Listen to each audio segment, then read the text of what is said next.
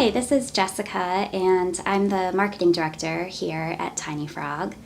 And today I'd like to talk a little bit about the GDPR and how it can affect your online marketing. So if you haven't heard of this, the GDPR stands for the Global Data Protection Regulation.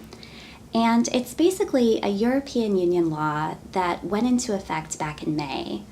And it has to do with how companies collect data and also track visitors on their websites. And even if you're not located in the European Union, the law was actually written very broadly, so it can apply to US-based companies who have a website.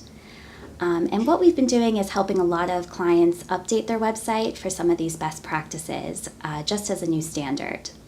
So in terms of your marketing on your website and the GDPR, one of the best practices is to look at how you have your email newsletter sign up. If you have a form on your site where it says, sign up for a newsletter and has a name and email field, that's perfectly fine under the GDPR. What you want to be careful about, though, is having any type of form on your site where you're collecting information for another reason, say someone's contacting you to get a consultation. And if you have a checkbox at the end of that form that says sign up for updates, under the GDPR, you need to make sure that checkbox isn't checked off by default. And the reason for that is these new regulations just want to make sure a visitor and a client are really consenting to giving their email address to you for you to email them in the future. The other best practice you should think about for your email newsletter sign up is to make sure it's set to double opt-in. So double opt-in means that if I go to your website and there's a form for me to sign up for your newsletter and I enter my information, after I do that, I then get an email just asking me to subscribe and confirm that I want to join your newsletter. That's typically a default with any email news setup, but there are some sites that have switched it to single opt-in, and we're now recommending with these new regulations that you definitely do double opt-in always.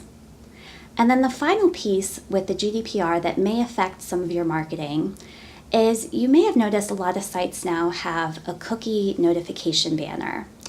And this relates to how a website tracks a visitor.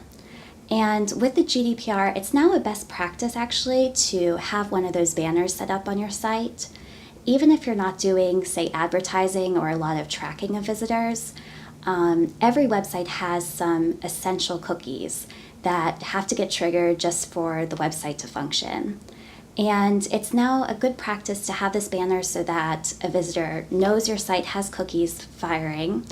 And we can set up a notification so that a visitor can actually consent to having even third-party cookies track them on the site.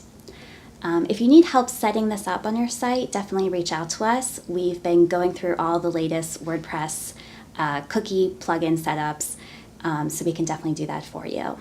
And definitely if you have more questions about the GDPR and your specific website, feel free to reach out to us.